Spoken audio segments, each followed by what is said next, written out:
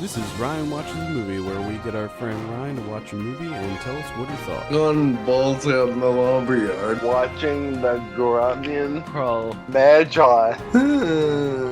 If you're listening to this, don't even waste your time. Hello and welcome to Ryan Watches a Movie. This is episode number 174. My name's Adam Patterson. With me today, Kevin Rakestraw. Hello. We're also joined by Ryan Holes. How are you? And What movie do we have you watch this week?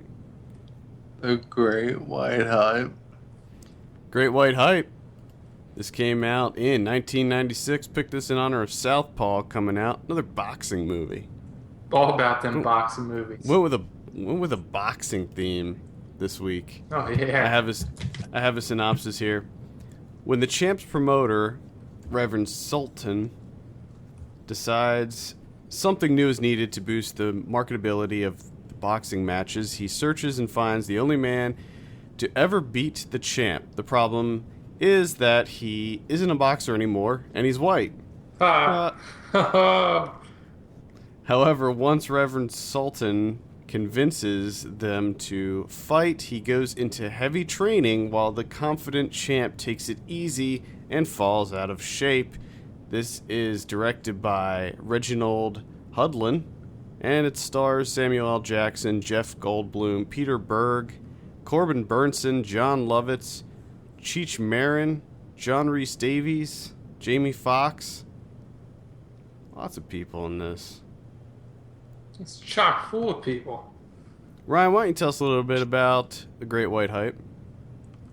Well, Damon Wayans is a boxer, and he's actually the heavyweight champion, and he easily wins his fight, and his promoter, the Sultan guy, he's trying to figure out how to get more money out of everyone, because he finds out that the pay-per-view sales and the overall money outcome of the last fight dropped off significantly. So he and his one fight girl decide that Wait, what did you say? His one fight girl? it's like one of his. It's a girl in his entourage that is mostly a pretty face, but she comes up with this idea out of nowhere, and he promotes her. And her idea is that the only guy to ever beat Damon Wayans was an amateur, and he was a white guy. So they try to come up with a racially charged fight and promote it as white versus black and all that to get the money pouring in. And the white boxer is now not a boxer. He's a singer in a heavy metal band in Cleveland, Ohio. Nice. And they go and recruit him. And he's a big Buddhist, so he's all about peacefulness. And then Sam Jackson tells him that he can make $10 million, and instantly the guy wants to do it because he says he wants to give all his money to the homeless and eradicate homelessness. I'm not really sure that you could do that with $10 million. But anyway, they go on, and Sam Jackson gets Peter Berg all this, like, the best trainers and the best of everything. And they promote this fight, and it starts to get huge. And meanwhile, Damon Wayans knows that he's gonna win, or assumes that he's gonna win. And he pretty much stops training and actually gains 25 pounds for the fight of just a pure stomach fat. And there's also one scene where he is jogging, like the scene of Rocky, but he's jogging after an ice cream truck. Huh. Ha It escapes him. And he just kind of gives up running after it. Elusive ice cream truck. So they go into this fight, and the first few seconds, Peter Berg's trying to whip his ass, and all of a sudden, Damon Wayans turns it on and knocks Peter Berg out in like 20 some seconds. And the entire time this is all going on, Jamie Foxx, who is the manager of the number 2 fighter, is in one scene. They approach the Sultan and his entourage with guns, trying to get him to like make the fight happen. And he keeps on denying him. It says eventually he's gonna get a big payday. And at the end of the fight, the second red guy, his name is Shabazz, he runs into the ring and he gets in Damon Wayans' face. And the song tells him not to show anything that could be sold later on. And this Shabazz guy knocks out Dan Wayans in the ring with fist comment. And Wait, what? What? like like bare fist. Oh, gets him with them bare Oh, okay. fists. Oh, okay. And Sultan steps around and his damn Wayans unconscious body and says, "Here's your next fight," and that's the end of the movie. Wow. Another thrilling rendition. So, again, this sounds like a movie where Damon Wayans plays a cocky champ who does zero training whatsoever, apparently just eats ice cream all day, gains a shitload of weight, and then wins. and then the underdog, Peter Berg, trains for this fight and then gets knocked out. Mm-hmm. Damn Wayans also smokes a lot of cigarettes throughout the movie to make his training even in worse shape. Why? I don't understand how. What's the point? What's the point of this movie? It's Because that payday. they're trying to promote this white versus black thing to make, Which also doesn't make a lot of sense to me. I mean, is this the first time a white boxer ever fought a black boxer? I don't think so. no, but according to this movie, everyone is tired of seeing black on black fighting. And the biggest boxing match in history was between a black and white guy. Okay. So Well, they basically want to make it happen all over again. sounds terrible. What'd you think of this? Oh, this is kind of exciting. Some parts of it were entertaining. Okay. So it was funny then, or was it? Some parts of it. Other Is- parts are really dumb. Is this your new favorite Damon Wayans movie? No. No? Oh. Is this your new favorite boxing movie? I don't really know that I've seen too many boxing movies. Is this your new favorite Peter Berg movie? No. No. What Peter Berg movie is your favorite? Battleship? I like Entourage. I mean the show, not the movie. Okay.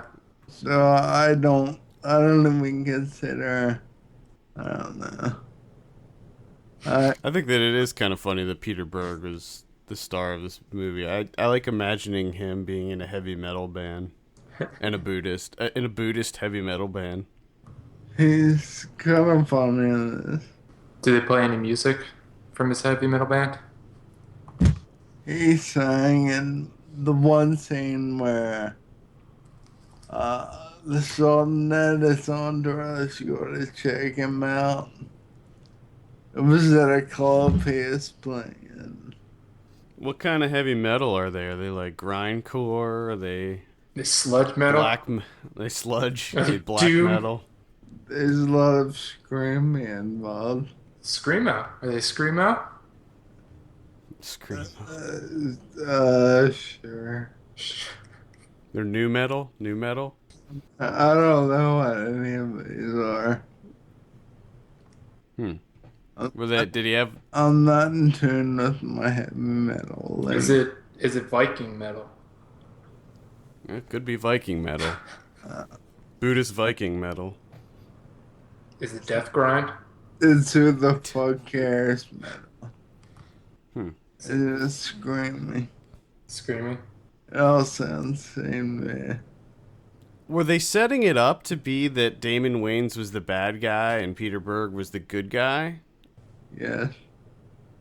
And then he just gets laid out. Yeah. Just pretty quickly too, right? It's like 20 some seconds. You said Yeah. just knocked his ass out. Yeah. That'll fucking teach you for trying. That'll teach you to want to donate money to homeless people and eradicate homelessness across the world. But he probably still got his payday, right? Or at least got something. I assume they didn't really touch on that, but I assume. Which he probably didn't spend on homelessness. He probably spent it on the first EP of their thrashcore metal band. Probably. What a dick.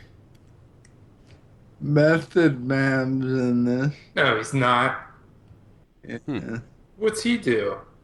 He sings the intro music to Damon Wayans whenever he fights. But it's not like a tape they play. It's like live. Does he play himself? Does he hire Method Man to do?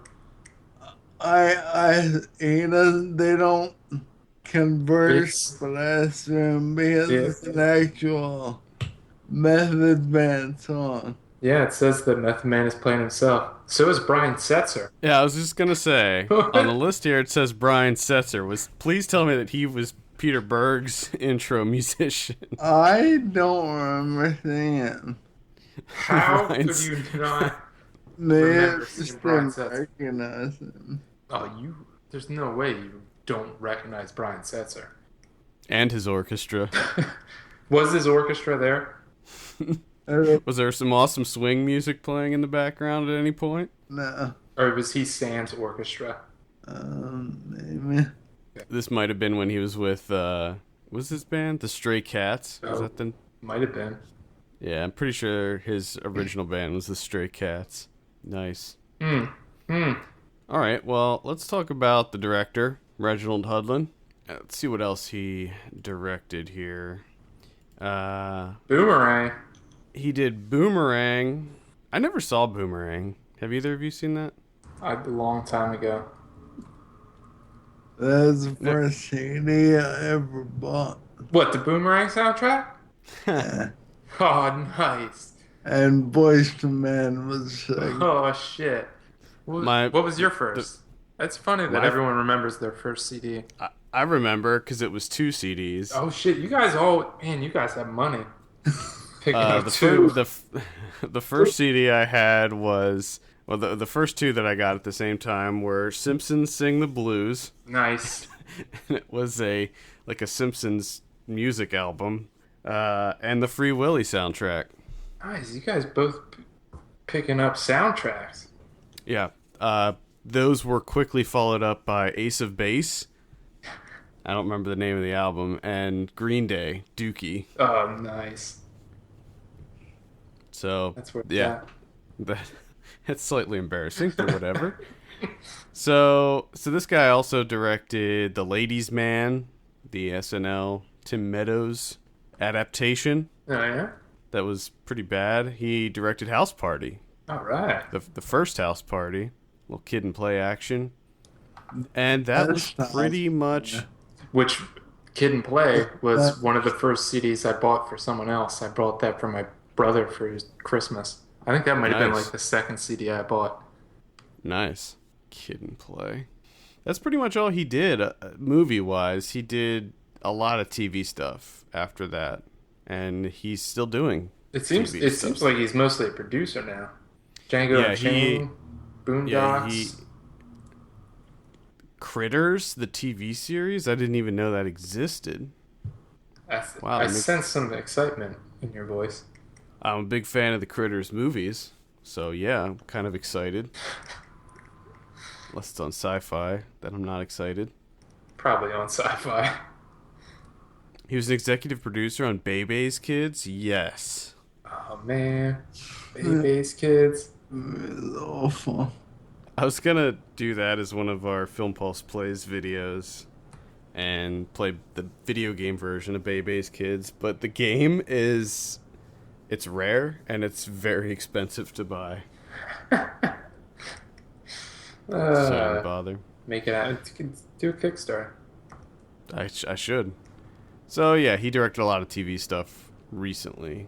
Bad Judge, Bones, Are We There Yet, Psych, Outsourced. Remember that show Outsourced on NBC? Oh my god, yes. That show was terrible. Yep, I remember that show. Modern Family, Better Off Ted, The Office, The Middle. Looks like he's done like a lot of not sitcoms, but half-hour network comedies, because traditional sitcoms don't really exist anymore. Thank goodness. Sons of Tucson, remember that show? That sounds familiar. It was the one where it was like the dude who was raising the 3 kids or whatever by himself. How long did that last? Oh, it looks like one season. It was one season. The guy from, I think it's the guy from Tucker and Dale versus Evil, isn't it? Yeah, Tyler Labine. Yeah, I like him. Or whatever. Whatever. He's also on that terrible show Deadbeat on Hulu. There's so many TV shows I don't even know about. Yeah, so that's pretty much it. Was Great White Hype the last movie he directed? No. Serving Sarah. Oh yeah, Serving Sarah was the last one that he did. With Matthew Perry and Elizabeth Hurley. That sounds familiar, but I can't remember what it's about. Matthew Perry? Matthew Perry. They're trying to cash in on that Matthew Perry. Is it also known as something else? I don't think so, Ryan. But maybe. Are you thinking of Fools Rush In? Man. Wasn't that Matthew Perry? Or was it Matthew Perry? I can't remember. It's about a process server trying to serve an elusive female target. Uh-oh. And she wears a hat. She's got a hat. Nice. Got a pink cowboy hat on. So let's compare this to some other boxing movies you've seen. So what about the Rocky series? Is this better than the Rocky movies? Please. I don't know. I haven't seen them. You haven't seen any of the Rocky movies? No. You've seen 0 Rocky movies. I've seen parts. That doesn't count. Well, the And parts you call yourself a man. the parts I'm that you not saw interested in boxing. doesn't quite make sense.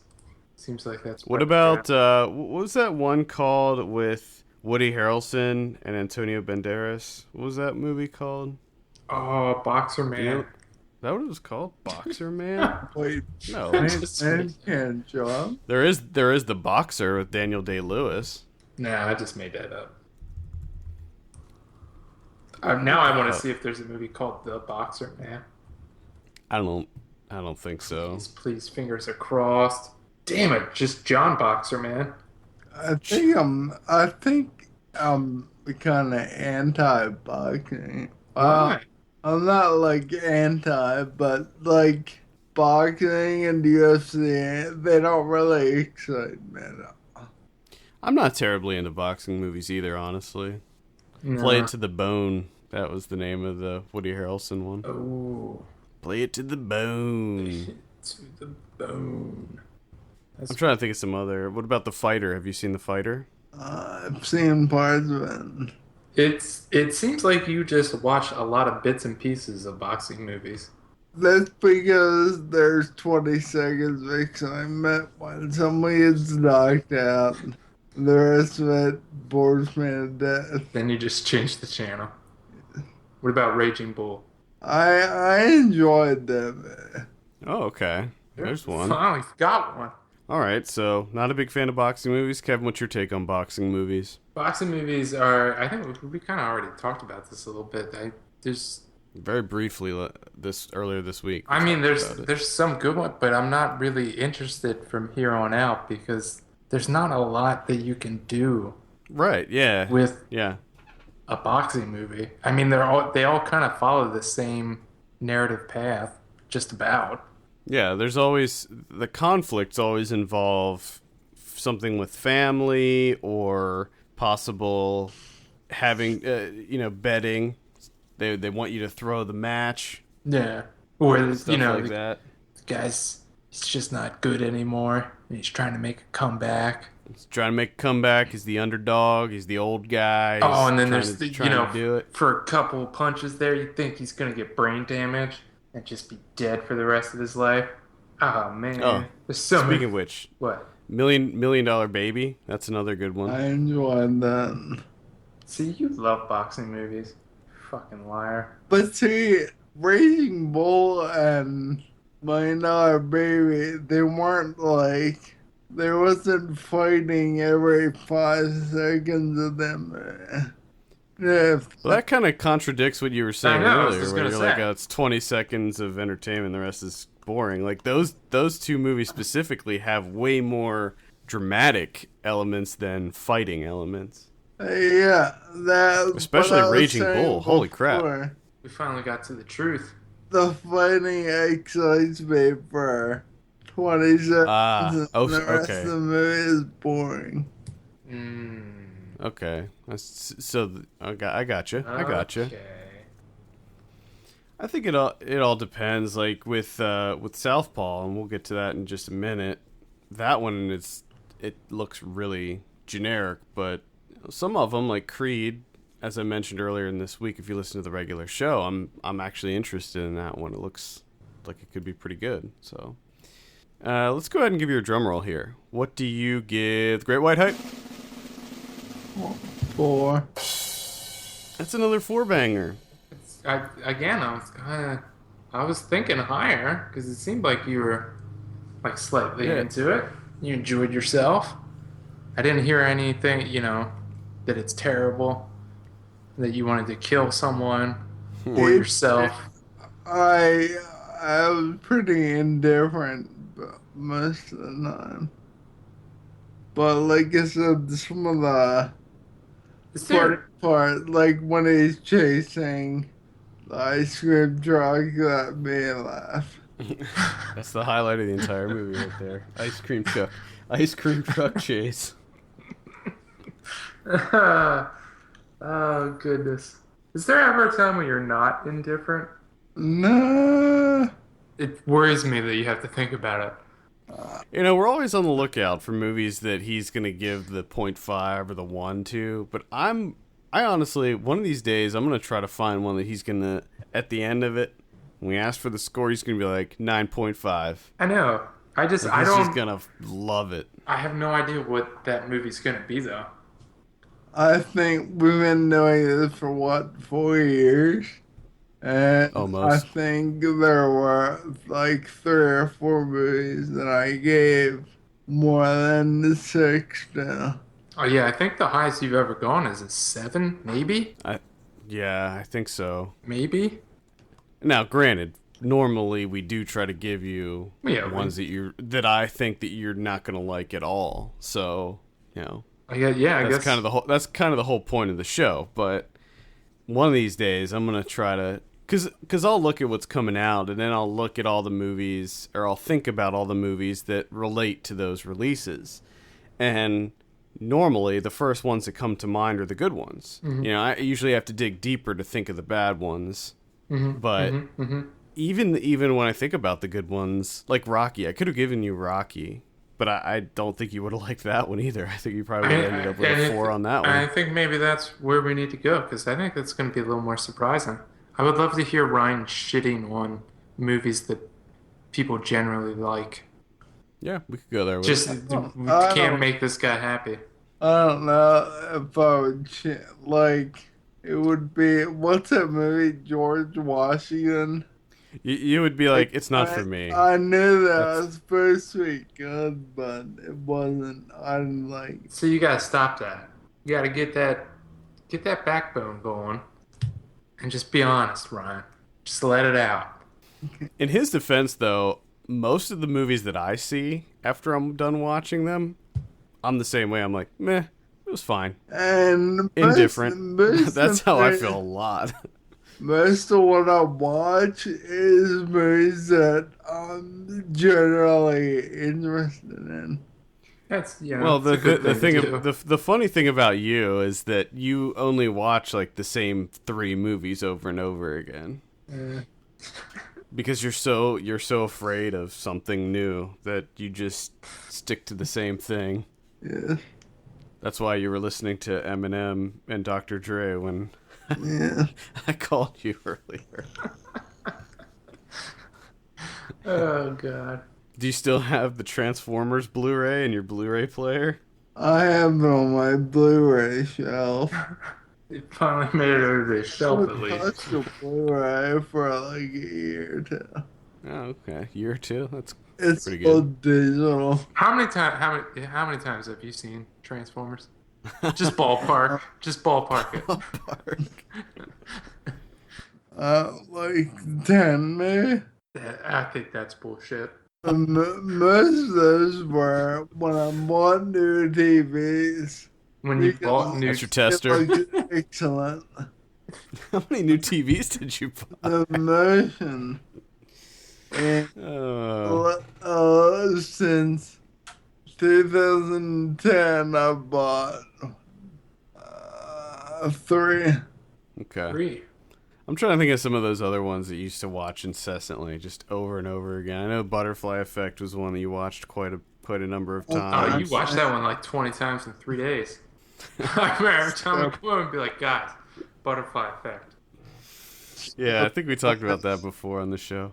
Your affinity for the Butterfly Effect. Step Brothers, I watch that a lot. Did 21 Jump Street enter your rotation? Because I feel like you watched that a number For of like times. a year, yeah.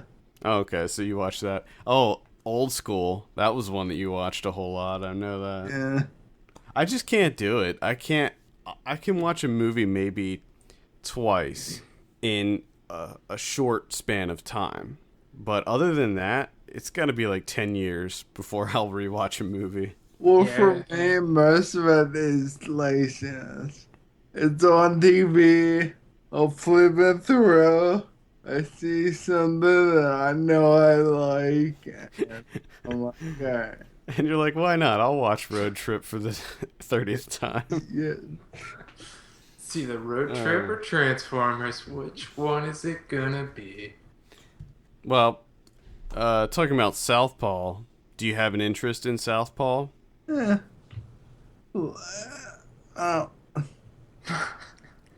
I guess. Kind of. Kind of. It depends on how much, the may not be. It depends how much actual fighting is in there and how into the story I'll get.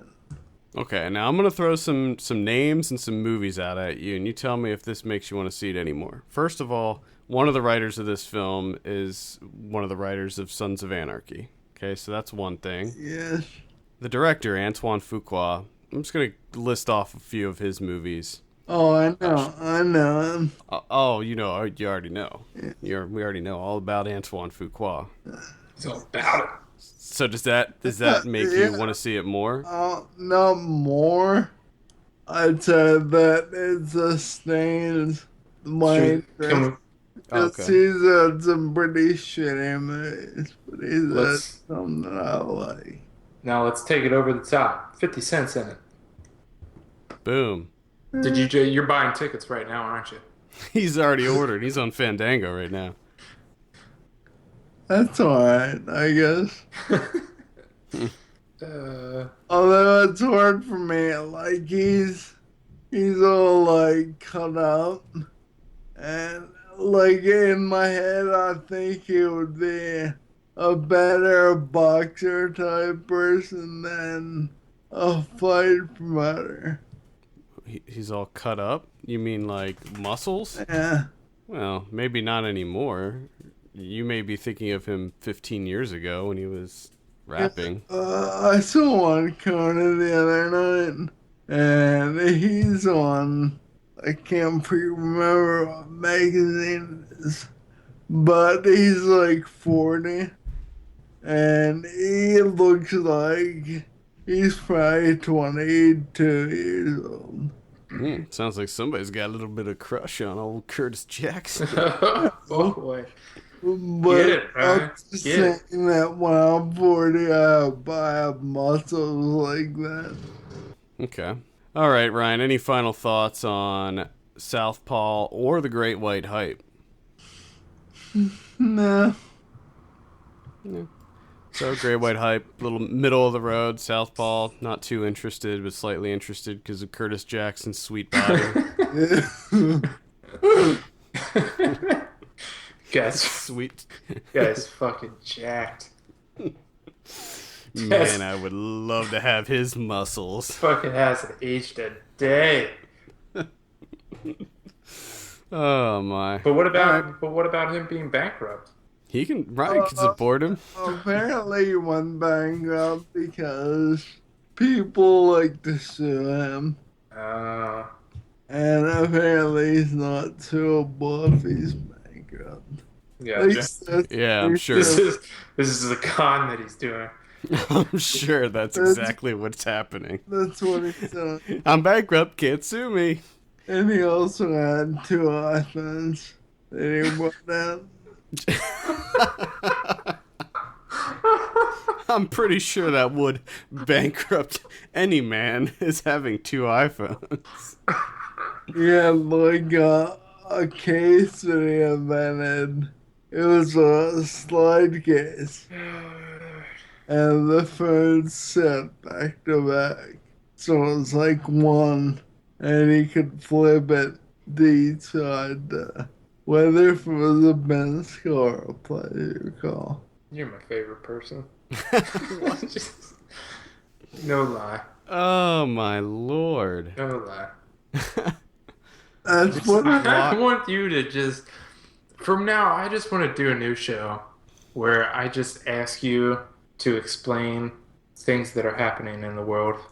Oh my from god. Day to day. You just break Current it down events. for me. I mean, your description of 50 Cent's bankruptcy is just fucking golden. People were suing him and he had 2 iPhones. What do you expect? What the fuck? I mean, Jesus Christ. What more do you want from the guy? He still has the fucking ripped body. God. Oh my god. Oh. What an amazing way to end the show. What an amazing way. Alright. I think that'll do it for the week. Send us your questions to podcast@filmpulse.net. Follow us on Twitter @FilmPulseNet, @FilmPulseKevin, and @MyLegsDon'tWork. And please visit our Patreon page at patreon.com/filmpulse and consider subscribing for as little as $1 per month. For Kevin Rakestraw and Ryan Halls, my name's Adam Patterson, and we'll see you on Monday. Yeah.